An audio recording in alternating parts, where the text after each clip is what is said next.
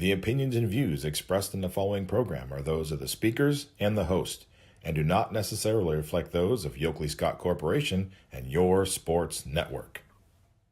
Yeah, I've been closer to Jesus before, so can you help me out? Oh, can you help me out? Am I on my own? Am I on my own? But can you help me out? Am I on my own? Am I on my own? Or can you help me out? Can you help me out? I've been scared to look in my soul.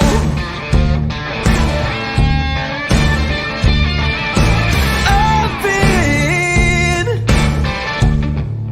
afraid I would follow the road. Yeah, afraid of the things I've been told.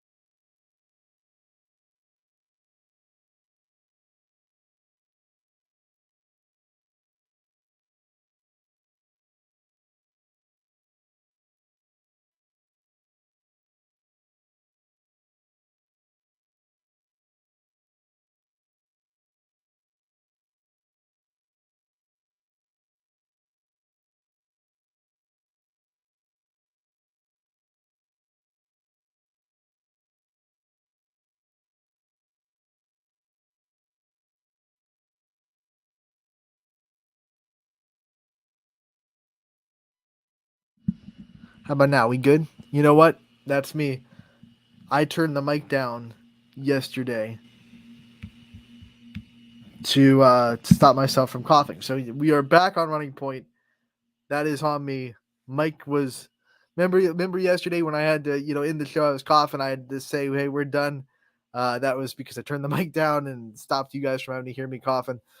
So now I'll repeat what I said before we brought up the scoreboard. Wanted to address yesterday's show and the way it ended. I was coughing. I stopped the show. I'm fine. Everything's fine. I have adult asthma. Every now and then, with adult asthma, your lungs just say, hey, we need a break. And that's what happened yesterday. But like I said, I think that's the first time I've had to just abruptly end the show in the whole time since I've been hosting Running Point by myself. So it doesn't happen often, but it does happen. And when it does, you just kind of, deal with it and go on. So I wanted to address it because I know from the outside point of view, when you hear that and you hear someone coughing and then you hear the broadcast go off, it can set up alarm bells. But and then I told the story, but I was doing a basketball game like 2 years ago. That happened to me where I was just in one of those episodes where my lungs were like, hey, time out, we need a break. So I was in the outro of the broadcast. Broadcast was done. I was just, if anyone watches my broadcast, they know how it goes. I do the outro, give out a player of the game, final stats, and then get out. So I was in the middle of that. I had one of those like coughing episodes. It was I knew it was gonna be like 5 or 10 minutes before I was ready to go back, and I was like, I'm not gonna make people wait through 5 or 10 minutes of dead air to get me saying goodbye, right? So I just ended the broadcast, not thinking that from the outside perspective, hearing the guy just cough and then end the broadcast, you might think something's going on. I had a parent that was watching at home, apparently called the school's resource officer and was like, hey, you need to check on this kid. He's having an episode. And I was fine. Everything was fine. And I was fine yesterday too. So I just wanted to address that in case there was anyone that watched and was like, oh my gosh, Anthony's just having a day. He needs checked on. No, it's okay. Everything's fine. We are good to go. We're rolling into today. So thank you for pointing out the audio issue, Brandon. We appreciate it. I wouldn't have known. I probably would have gone through the whole show muted if you didn't say that. So I appreciate you saying that. It was from yesterday when I was coughing. Obviously, I turned the mic down so you guys didn't have to hear me coughing up on the microphone. So let's go into yesterday's games. With that being said, I also have to tell you on today's show, we will have Aaron Gilbert, the head coach of the girls soccer team from Garfield. He will have a pre-recorded interview, a season preview. Big friend of the show. He's come on plenty of times during basketball season, and I'm sure we'll have him on again through the basketball season as Garfield girls basketball goes for another successful season. We go into the scoreboard from last night, and it was Edgewood getting the win over Grand Valley, giving Grand Valley their first loss of the season. And Edgewood gets the sweep there. Hubbard and East go at it. Hubbard gets the win with 3-0. Southern Local sweeps Connaughton Valley. It's a big win for Southern. East Liverpool, they sweep Edison 3-0. So East Liverpool on a run as they beat Girard on Saturday, then beat Edison last night. Valley Christian gets swept by Sebring 3-0. We're going to talk about the game I was at, which is next on the tap with Columbiana and Mooney. And when I tell you that Columbiana has a dang good volleyball team, I think they're a lot better than some people give them credit for. They're a small school, so they're not always in the conversation of great teams in the area. But when I'm watching them play, one, they're scrappy as heck. They always are going getting balls. I think everyone on the floor is not scared to put their body in jeopardy to get a ball. There was diving everywhere. But then they have multiple hitters. They had 4 hitters last night with more than 5 kills. So you have multiple hitters on the floor that can hurt you. They didn't have a one-dimensional offense. They had a really good back row defense. I think, maybe if you had to nitpick and you had to say one thing that could be exposed by other teams, they don't have a great blocking presence. They didn't get a lot of hands on the balls last night, but Cardinal Mooney's a taller team. That's just to be said. They have taller players on their team, and it's hard to block a team that's taller than you throughout. But I think Kelsey Cameron is a great middle blocker. I think she got up. It was just one of those ones where she can't do it herself, and Mooney had a really tall front line, but they didn't matter because Columbiana's back row was really good. It was anchored by Ava Heinrich, who I think is the most versatile libero that I've seen in quite some time. I mean, we've had a lot of really good liberos come through the YSN family, and they're really good at defense. They're really good at reading the hitters and getting down and getting balls. Columbiana had one not too long ago in Macy Lionheart, and then obviously we had Reagan Irons and and Parker Wilkins from Canfield, that won Defensive Player of the Year last year. A lot of great liberos, but Ava Heinrich from Columbiana, not just your back row defender, not just being really good at moving with the ball and reading the hitters and getting down to get digs, but can swing from the back row really well. She's really good at setting when the setters have the first touch. Really a very good versatile libero that's getting her hand in every single stat category. She had 6 kills last night, and that is something that you don't usually see out of liberos. Liberos are not usually a big form of the offense, but they use Ava Heinrich out of the back row really well. She's a cerebral player. She knows where she is at all times. Never once was she called for a back row attack. And I'll tell you, the referees that this game had last night were on it. So if she was over that 10-foot line when she jumped to get a kill, then they would have called it hands down. I mean, they were calling a lot of stuff. They saw double touches, net violations. They were on it. They were not missing anything. They weren't letting anything go. So I'm telling you, if Ava Heinrich once crossed that line, they would have seen it. They would have called it. And she was never called for a back row attack once in that game. And really impressed. Now, Mooney, on the other hand, Mooney does have a really good volleyball team. This was a 3-set match going into the 4th where all 3 sets were very competitive. Columbiana made some plays down the stretch to win the 2 after Mooney won 24-26 in the 1st. But it was neck and neck. It was right there. Both teams evenly matched. The 4th set is one Coach Shaheen is going to let them hear about in practice the next time they get into the gym. Obviously, it won't be today because they have their home opener against Canfield. But the next time they get into practice, they're going to hear about that last set in Columbiana because it was just one where it looked like things just, went off the rails. The effort stopped going there. They just let Columbiana get the momentum, and Mooney kind of shut down in that final set, 25-12. Columbiana ran away with it, but the first 3 sets were very good volleyball, and I thought this was destined for 5. And Mooney just kind of fell apart in that 4th set, and Columbiana took advantage. So, a really good volleyball match between the Clippers and Cardinals. I was impressed with the Columbiana team. Really impressed with Mooney. They have really good volleyball players. I mean, Jada Lane is a great blocker. Like I said, they have a really good front row with Lane, Anderson, and Brinkley Bear, all tall enough to get plenty of blocks. They play really good defense. I like their libero. I like Maria Pecchia a lot. I think she dives for everything. It's going to be hard to get balls down in front of her. It just seemed like they just hadn't grown as a unit yet. They weren't as cohesive consistently as Columbiana was. So volleyball is so important. You can have good players sprinkled out on the floor, but if you're just not playing as that unit together, then you're still going to struggle. And that's what I felt like with Mooney last night, a little bit too much, especially in that 4th set. Really good players, really good athletes. Like I said, Brinkley Bear, Jada Lane, Amara Anderson, they're all really good volleyball players. And Natalie Blasco is a really good setter, but it just wasn't coming all together last night. It wasn't there. Their passes weren't on target all the time. They were out of system a little bit too much. And when you're not playing as a unit in volleyball, it doesn't matter how many good players you have. You're just not going to find a lot of success. So Mooney has to work on that. It's really young in the season.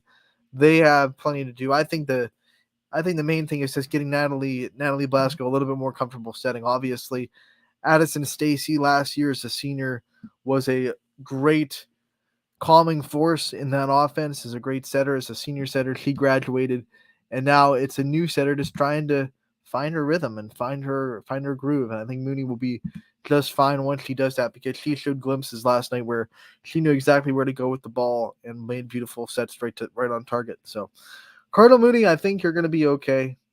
You just have to get through a couple of lumps in the season. It's not going to get any easier tonight. They host Canfield. Columbiana travels to Latonia.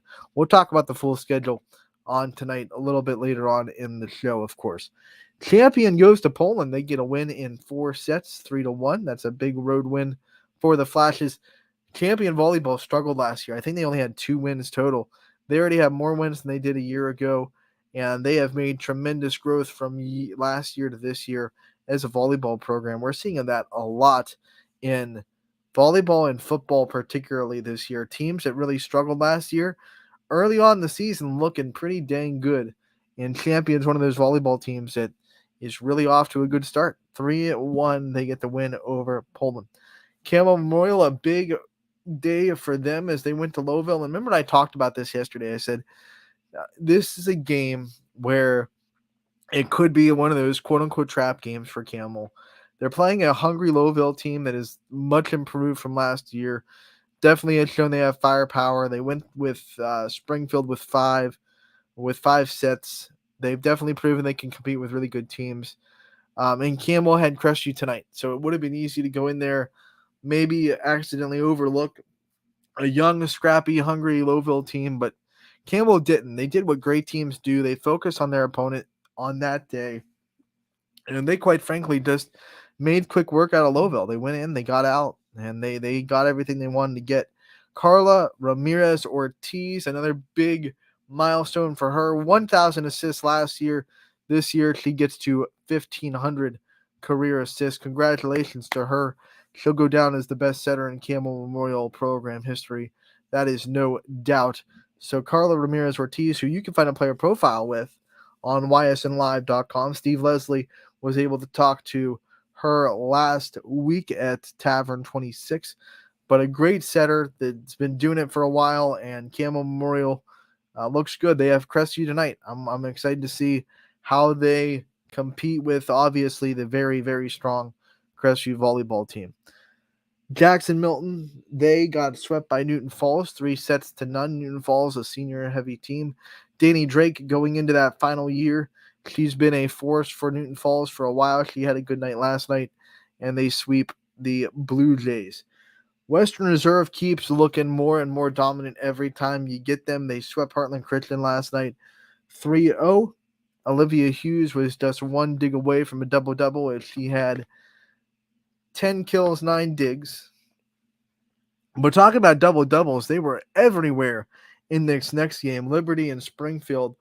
Let's see. Mia Parker got 500 career assists. She had a double-double for Liberty as they got the win, obviously. 3-1. Jamaica Brungard got a double-double for Springfield. Balin Brungard got a double-double for Springfield. They were just everywhere. Double-doubles were everywhere in the scoring category for those teams. So congratulations to Liberty. They get the bounce-back win. Obviously, they had to wash out that taste from losing to Crestview last week, and they do that pretty well as they beat Springfield in 4 sets. So we go into the final volleyball game of the evening. Malvern sweeps Latonia 3-0 in the Bears Den. Latonia will once again host Columbiana tonight as they return to EOAC play. Aha, you guys are witnesses that this time I was able to get the scoreboard to scroll all the way over. Once again, this is my computer. It's not the actual scoreboard. Because I know that when I was using the scoreboard on the audible call on Friday down at the at Athletics, it was just smooth as ever. So my laptop just does not like to scroll over to the side on the scoreboard, just the formatting. But this time I got it, so we are able to get both rows of the soccer scoreboard. Champion, big win over Newton Falls. A lot of offense for the Flashes as they have tremendous soccer players. 8-0 the final score there. We had JFK beat Southeast 3-2. That's their final score. Beaver Local falls to Oak Glen with a final score of 3-1. Columbiana and Struthers tie with a 1-1 score. West Branch and Berkshire tie. Those are two really good soccer teams. They're West Branch tough to beat. They've drawn a couple of times this year, but teams have been unable to knock out the Warriors so far. Crestview got a big win over Brookfield, 6-0 the final score there. Springfield got a big win in the MVAC against the reigning MVAC champions Waterloo, 2-1. Ava Vecchione with the pair of goals for Springfield as they beat Waterloo. But now they have a matchup with Champion on Wednesday, so big back-to-back matchups for Springfield as they will go to Champion. First place in the MVAC on the line. That should be a fun one on Wednesday. Hubbard will smoke Girard 10-0, the final score there. And then Poland took care of South Range on the road 10-1 final score there in the Indy rivalry between the Bulldogs and Raiders. Boys soccer scores, we have Jackson Milton beating Heartland Christian 8-1, the final score. Columbiana was all over East Palestine, 12-0. The final score there. We had Middle Ridge beat, Fall to Badger 7-3. And then Liberty was able to beat Campbell Memorial, a very hot Campbell Memorial team to that point. Liberty took care of them, though, on this night, 7-0 on the boys' soccer field. So those are your final scores from a night ago. What a night it was on the network. Like I said, usually our Mondays are a little bit calmer than the rest of the week. You got those volleyball non-conference matchups. Most of the soccer matchups are non-conference. And then Tuesday and Thursday are the really busy days for volleyball and soccer because those are when your conference matchups happen. But Monday, a little bit light. I say that, and I'm looking at the scoreboard, and we had what? I'll pop it back up. Brought to you, by the way, by Burnett Pools and Hot Tubs. Popping up the scoreboard again. What we had 1, 2, 3, 4, 5, 6, 7, 8, 9, 10, 12 there, 16, 20, 21, 3, 25. 25 finals came through, and that's a quote-unquote slow night that you love with the world that Ysn lives in. But it was kind of a slower sports night. Not as many games on a Monday as you'll see tonight on Tuesdays and definitely on Thursdays as well. When you talk about volleyball and soccer both happening at the same time. Because there aren't too many volleyball teams that aren't in action on Tuesdays because it's conference play day. I didn't mean to rhyme that, conference play day. But yeah, most volleyball teams will be in action tonight in conference play. So very busy night in the network. We will definitely preview what's going to be going on tonight and what teams will be in action, what teams won't be in action a little bit later on the show. But after this break, which we are going to go on, we will hear a girls soccer season preview with head coach of the Garrettsville-Garfield girls soccer team, Aaron Gilbert. So that's coming up next. Don't go anywhere. We'll be back on ysnlive.com. Running Point, brought to you by Greenwood Chevrolet in Austintown.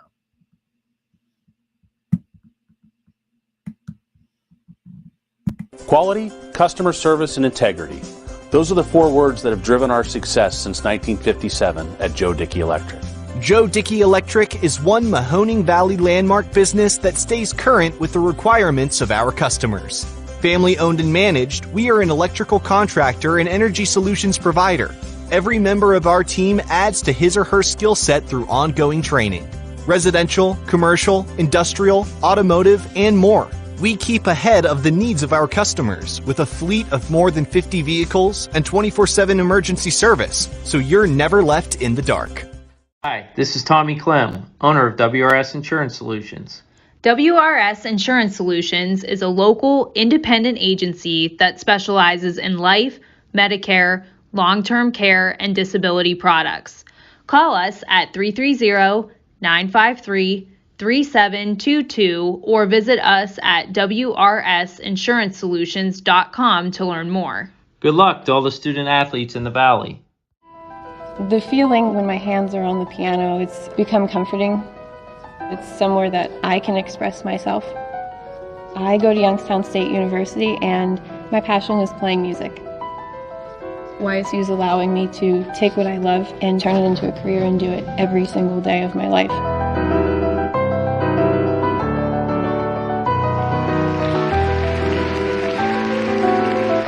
I'm Alyssa and I'm YN proud. My guy keeps it 100% of the time. He wants all 100, won't settle for 99. And it's more than stats, because there's people in those numbers. And I was one of the lost sheep. I'm so glad he cares for all 100. I'm 100% safe, 100% free, 100% love. I can be 100% me. He gave all 100 when they put him up on that tree. That's 100% passion for 100% free. So if I play in front of 100, or if I play in front of 2, there's an audience of 1 getting 100% of what I can do.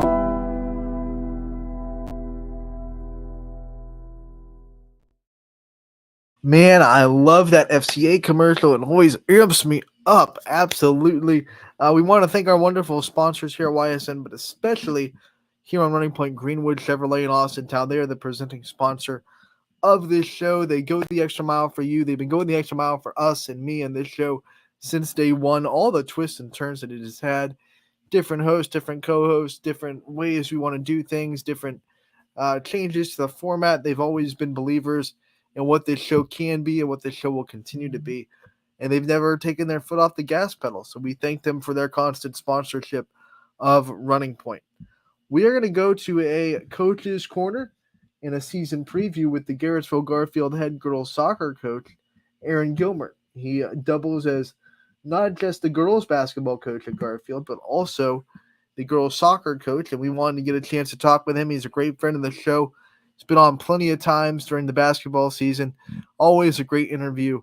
And I can't wait for you to hear this one about soccer. So girls soccer coach's corner with Aaron Gilbert. Here you go from Garrettsville Garfield.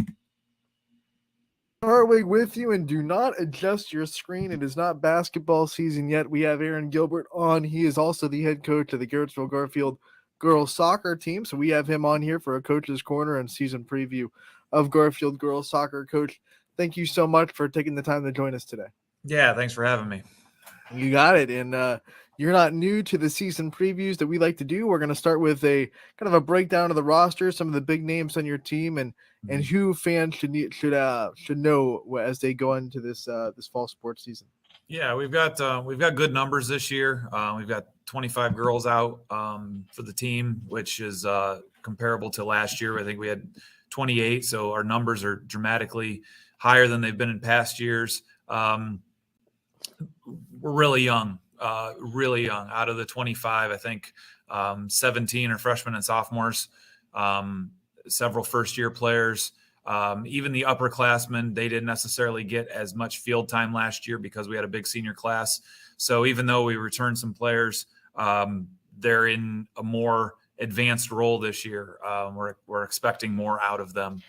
So rather than playing maybe 20 to 30 minutes a night, now they got to play the full 80. So we're really leaning on a couple of those upperclassmen to be our leaders this year. But you know, it's a good group. They work hard. It's just we're really, for some of them, starting at step one. And when you get to high school soccer at the varsity level, that's really hard to do, especially when you go into the conference like the MVAC, where it's just a stacked conference on the girls' side. And especially it makes it more difficult because unlike the boys, we have to play everybody twice. So the boys just get one run through. We got to play everybody twice. So, you know, you may be able to hold your own one time against one of the tough opponents, but then you've got to play them a second time. It's we actually start off conference play at Champion, and our first 4 games are not the most fun. We started off with non-conference Southeast, and then Champion, and now and then Rootstown on Thursday, non-conference, and then we get back into the league next week, going to Crestview. So not an easy road for such a young team to start out with those 4 opponents. We've heard a lot about your basketball background and what got you into basketball coaching. Let's have the same question about soccer. This is our first soccer coach's corner with you. What got you into this sport, and what makes you love it so much that you keep coming back and pulling double duty as a soccer coach? Well, I think it was my 3rd year or so here. They the boys coach left real late in the summer, and so they needed somebody to fill in for the boys. So I coached the boys for a year, and then said, you know, basically like, these boys have a lot of talent. I don't want to ruin them. So give them to somebody that actually knows what they're doing. And the person who had that job, they had it for 10 years. They actually just left this season and went up to Kenston. So I think this is my 7th year now. So a while back, I had mentioned to the athletic director that if the soccer job had opened, yeah, I'd be interested. Just let me know. So I'm on vacation in July in Chicago, and I get a text. He's like, remember our conversation from about a year or 2 ago? I'm like, yeah. He's like, well, it happened. And there were several basketball girls that were on that team that were upperclassmen. And I really didn't want them to go through trying to, you know, this is middle of July and the season starts in 2 weeks. And I didn't want them to have a bad, you know, experience trying to find a coach. We had no clue. Nobody had stepped up. And so I stepped into that and have been doing it ever since.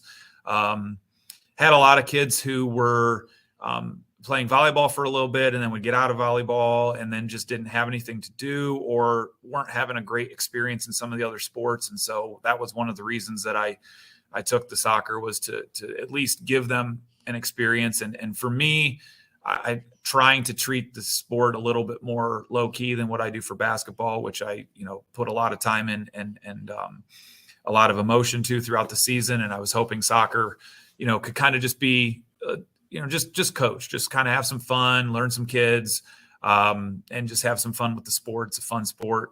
And of course, a couple years into it, we're in the middle of a league race. So I never thought we'd be put in that. And then we end up making it to the district level for a couple years. And so had some talented players at that time. And it just kind of been doing it since. I mean, every year I kind of, at the end of the year, I'm like, yeah, I'm done. I can't do this again. And then May rolls around. I'm like, all right, guess I'm doing it again. So I don't know. I have, there's several players, several of the basketball girls will play. But like I said, our numbers have been really good. My first couple of years, we were about 16, 17 girls.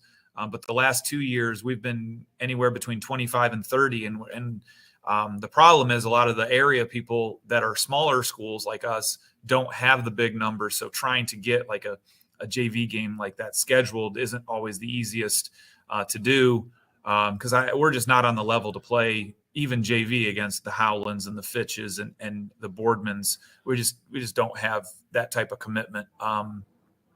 But it's one of those. There's a lot more similarities to soccer and basketball than people realize.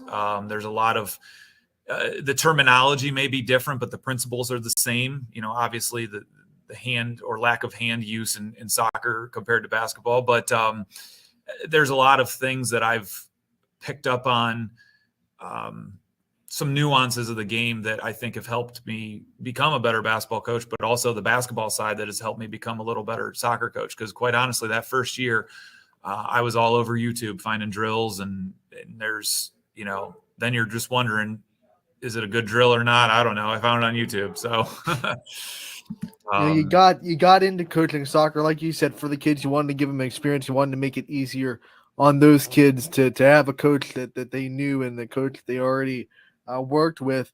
I mean, you make that decision, and you, like you said, you don't know too much about coaching soccer. You have to go into YouTube and get all these drills. Now here you are, 7 years into it. How much have you grown in the sport of soccer? How much have you learned about the sport? How much have you I probably still don't know very much. If you ask some people, I probably still don't know a lot. But I know my problem that I get into is I know what I want it to look like. It's just how to make it look like that. I've reached out with the new conference. I've reached out to a couple of the coaches, mainly coach at Springfield. I'll text him back and forth and just be like, just basic stuff, because, you look at Springfield and that is no knock on Crestview, no knock on Waterloo, nobody. Just Springfield has been in one of those programs that's been at the top for such a long time. Justin's built that thing up. And so it's just, how do you manage this? How do you do this? And it's just little things here and there. And we just got talking a couple years ago, and that's just kind of, it's not like an everyday thing, but it's just every now and then I know I can shoot him a text and be like, hey, we're having trouble with this. Do you have anything? And, sometimes it'll just be like, well, it just takes time. And a lot of the soccer stuff it just takes time and reps. But when you are thrown into the middle of a season and you play a schedule like we do with the MVAC, you're literally trial by fire. But like I said, the players have been very receptive. Even with a couple of the kids this year, we're still, we're not even a month in. We're still trying to learn where some of these kids will best help us in the second half of the season. Like, are they better at a defender? Or are they better at a midfielder? Like, where can we use their skills the best? And so we're still, because we're so young, like I said, 17 of them are freshmen and sophomores. We're really learning each other. The MVAC is hard enough, but just like basketball, you don't slouch from a hard schedule with the soccer team, because out of conference, you got some big name teams. Yeah, and of course, Liberty this year. Liberty, of course, they were a club team for a while, and then last year they went to a varsity team, and then they didn't have a team again this year, so we needed two. And of course, we pick up South Range, who's a perennial power, and JFK, who year in year out's a power. So yeah, I mean, for the type of team we have, it's it's going to be tough. I mean, there's no way to soften it. I mean, one of my better teams went 2 or 3 years ago. We played South Range in the district, and we were a nice team, and they made us look silly. So, and I think that team ended up losing maybe in regional finals or something to Kirtland, something like that. So, yeah, it's just really hard to. Our big thing right now is just the morale thing. Like, it's coming. Like, it takes time. Like, some of these kids who are good athletes aren't necessarily good soccer players. So they get frustrated because they're good at sport A, but then they come over to sport B and they're not as good. And it takes time. Like I said, we're doing basic stuff with some players that it's going to help them, but it's tough. It's tough. And I'm too competitive. I can't be the doormat of the league. Like, that's just, I can't handle that. So, we're pushing them, but I also understand our limitations. So I have to kind of hold back and find other ways to vent my frustrations. Thankfully, it's a kicking sport, so there's a lot of kicking that goes on to get those. So, we're gonna put your picture on that on the movie poster of kicking and screaming. Oh, I'm telling you, like, my leg muscles have never been in such a great shape as when I have soccer season. Like, I wish I could have kicked like this when I was in high school. I might have actually stood a chance to play, because I didn't play in high school. I stopped playing soccer in probably junior high when most people stopped, because my dad was a football coach and I was playing football. So when I said I was doing soccer, he kind of looked at me, and I'm just like, yeah, I know what your old opinion was of soccer, but he also understands athletes, and he sees the sport for what it is. And so he's come around a little bit, but he's still a football guy at heart, and I'm still a football guy at heart. So it's just trying to get that terminology and get the transition between the two. So, coaching another sport, you get to spend more time with these kids. I mean, we've talked about how special these students in the Garfield community are, and we see it at every sport, even the football kids. We know a lot of those names and what they've done for the community, and soccer and volleyball and basketball as well. What's it like to have more time with these student athletes and more time to just kind of see for yourself what kind of people they are?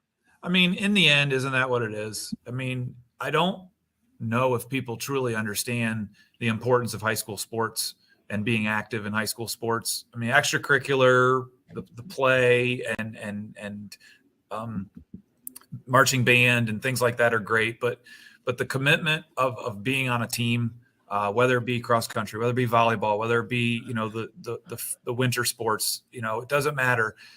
The commitment, the knowing of a schedule, the discipline to say, I can't stay out late. I've got a game tomorrow. I've got to eat well, even though your friends are eating whatever, your friends are doing something else. You've got to have that commitment. You got to have that discipline, that responsibility. I truly don't think there's anything better to teach that than high school sports. And the high school experience, I think is getting lost. I mean, in the last couple of years, the thing I've noticed, and not just from a participation standpoint in sports teams being smaller, but in the participation from the student body. Look at the size of some of the student sections when you go to these games.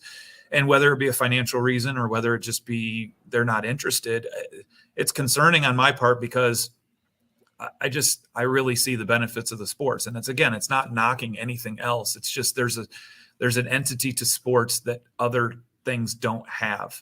And I just think that camaraderie, that togetherness, like, I think about when I see, ironically, this past May, I went to a concert up at Rocket Mortgage, and I'm off to the side, and I have this person come walking toward me, and kind of the face is there, and I'm like, I know who this person is. And he's like, do you remember me? I'm like, yes, Nick, I remember you. He was my point guard when I coached boys back in 2005, 2006.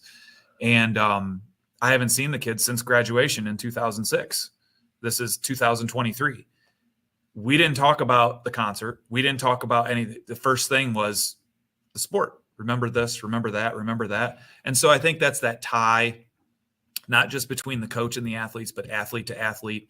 They're going to talk about, and they remember the weirdest things. They really do. They don't always remember the game-winning shot or this, that, or the other thing. They remember the bus ride home when this happened. Remember in the stands when this happened. Remember going to this. Remember this at practice. And I just think that's so important. I think it's getting lost. Not to be up on my soapbox, but I just think societal. I think it's really getting lost. And I I do think at times there is an overemphasis on the sports, but there's an enjoyment in the sports. Don't be scholarship chasers.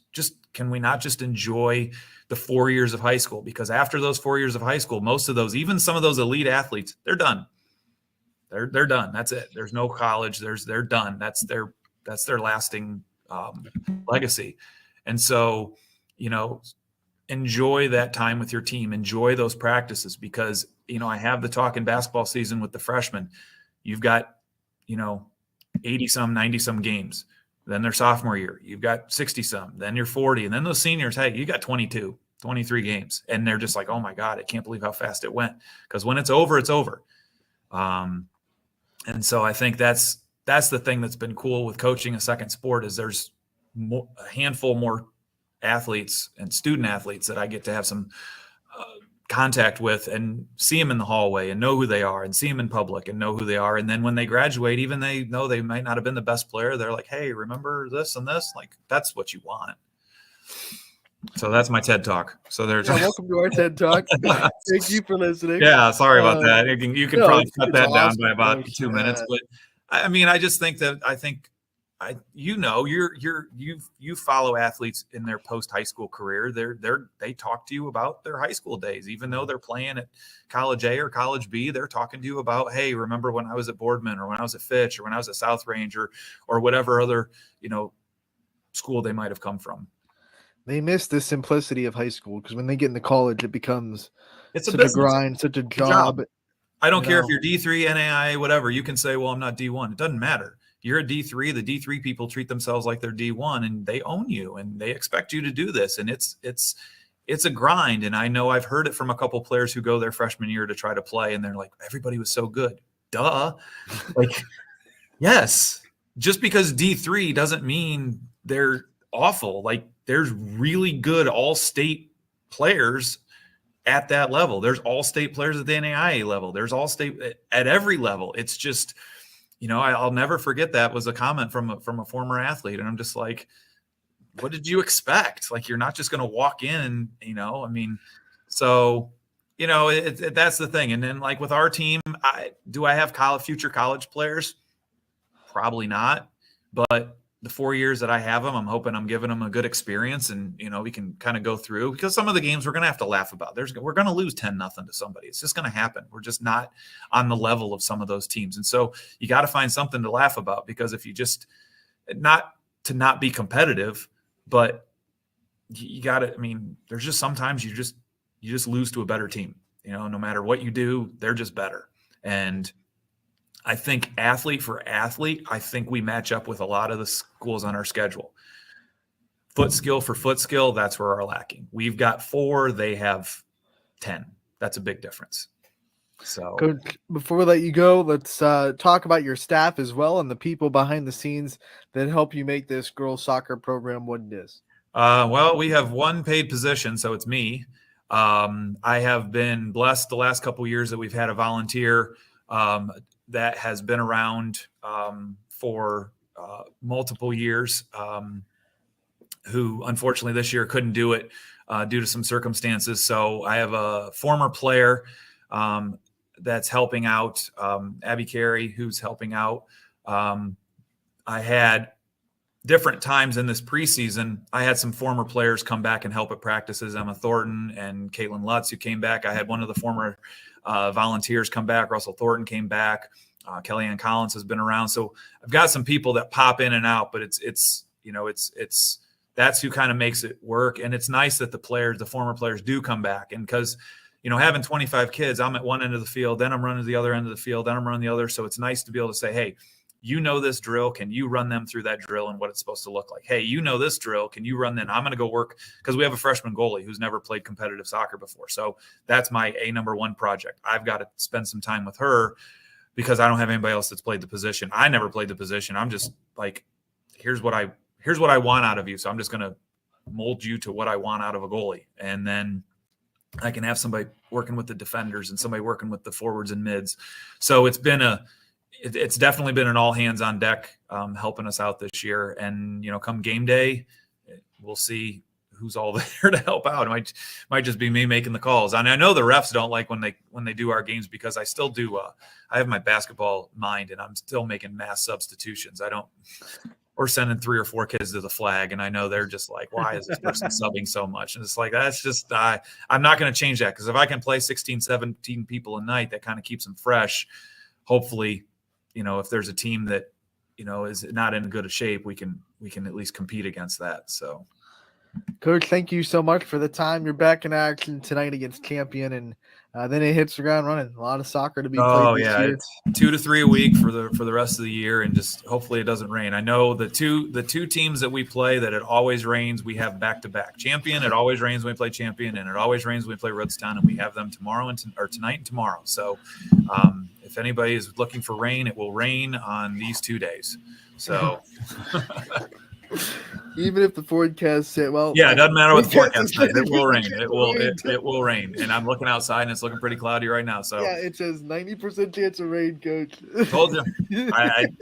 It doesn't matter when we put it on the schedule. Champion and Rootstown, no matter when we could put it in December 1st, and it would rain. No snow, it would rain that day. So we could just go out and play out in Death Valley, out in Vegas, and that would be the one day in Vegas that it would rain. So I don't know. 7 years of seeing it, I can't go away from it. Coach, thank you once again for joining us. It was a great talk to have you, and we'll talk to you again real soon. Good luck this year. Yep. Thanks a lot, Anthony.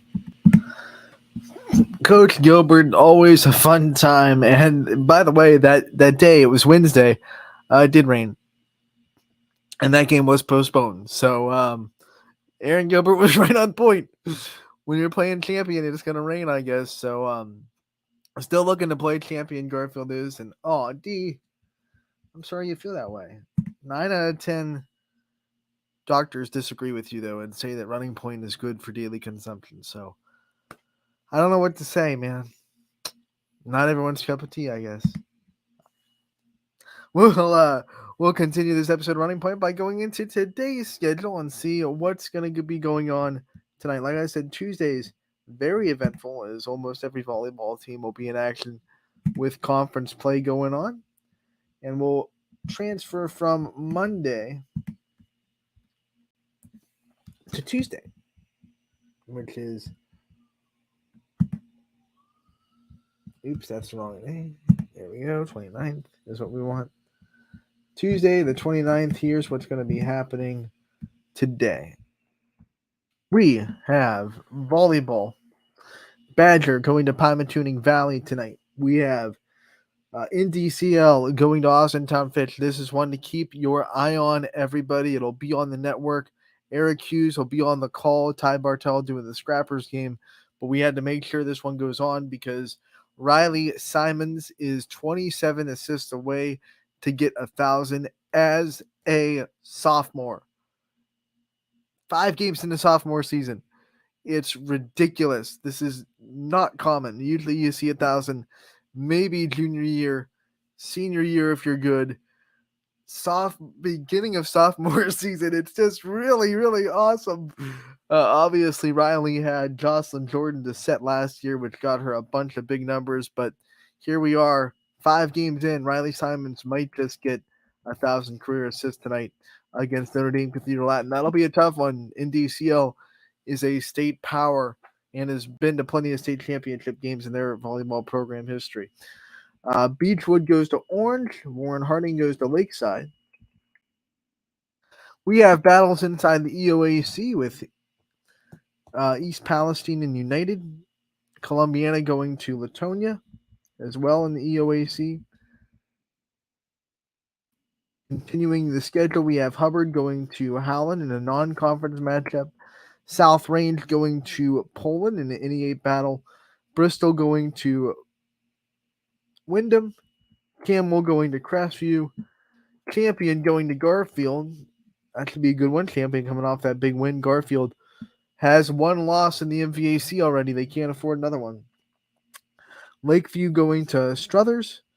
Lordstown going to Ashtabula St. John. Newton Falls travels to LeBray. Springfield goes to Sebring.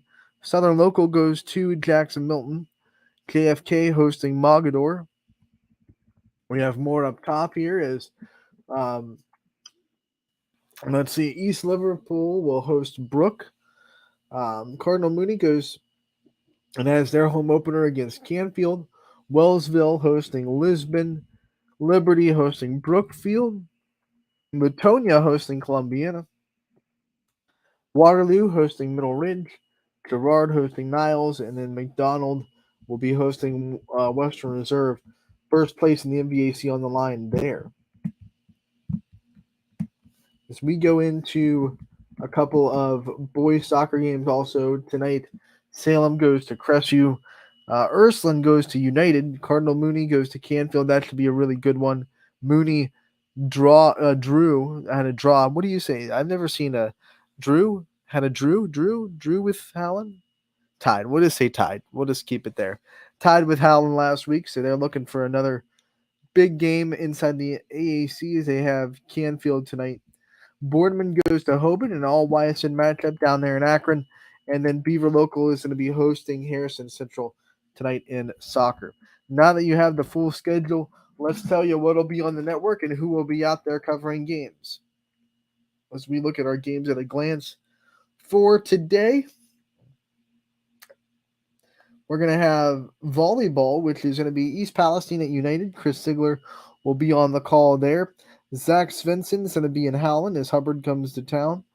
Lisbon and Wellsville will be covered by Gary Altizer, the voice of Wellsville volleyball. South Range will go to Poland. I will be in the Poland Fieldhouse for that one. And like I said before, Eric Hughes will be at Austintown Fitch. 6:30 start for that one as Riley Simons of Fitch goes for 1,000 career assists as a sophomore. And Eric Hughes will be on the call there. So make sure to keep an eye on that game if you're scrolling through volleyball. We also have one boys soccer matchup tonight. It's going to be Mooney and Canfield. Matt Marr will be on the call there. Ty Bartell will have the Scrappers game against West Virginia at 7:05. And don't forget, we also have our sports shows tonight with South Range and Springfield, as those will be going on with Steve Leslie with Springfield, DJ Oakley with South Range. Don't miss a minute of either one of those shows, as drastically different conversations. Steve Leslie's going to be talking to Springfield football about their big win over Brookfield. And for the first time in a long time, actually probably the first time during the show, because last year was the first year of the South Range show at Legends, and now it's the second year. So the first time we're going to have to talk to South Range as a sports show about a loss. So I'm going to have to rebound from that. They lost to Green last week. TJ Oakley will have plenty of conversations with plenty of people down there at South Range as they gear up to rebound against Warren JFK in week 3. So that should be a fun show as well. Springfield and South Range shows both on ysnlive.com tonight. They will both be on Facebook Live as well. You can tune in if you want to hear what they have to say. Both those shows starting at 7 o'clock. So that's kind of your roundup of what's going to be going on tonight. ysnlive.com/live is where you can find it. Don't miss a minute of any of the action. And I'll see you tomorrow from 1 to 2. Brian Tolnar and Scotty Mincher on the show tomorrow, as they always will be on Wednesdays during fall sports. So don't miss a minute of that. We'll be back tomorrow from 1 to 2 on Running Point.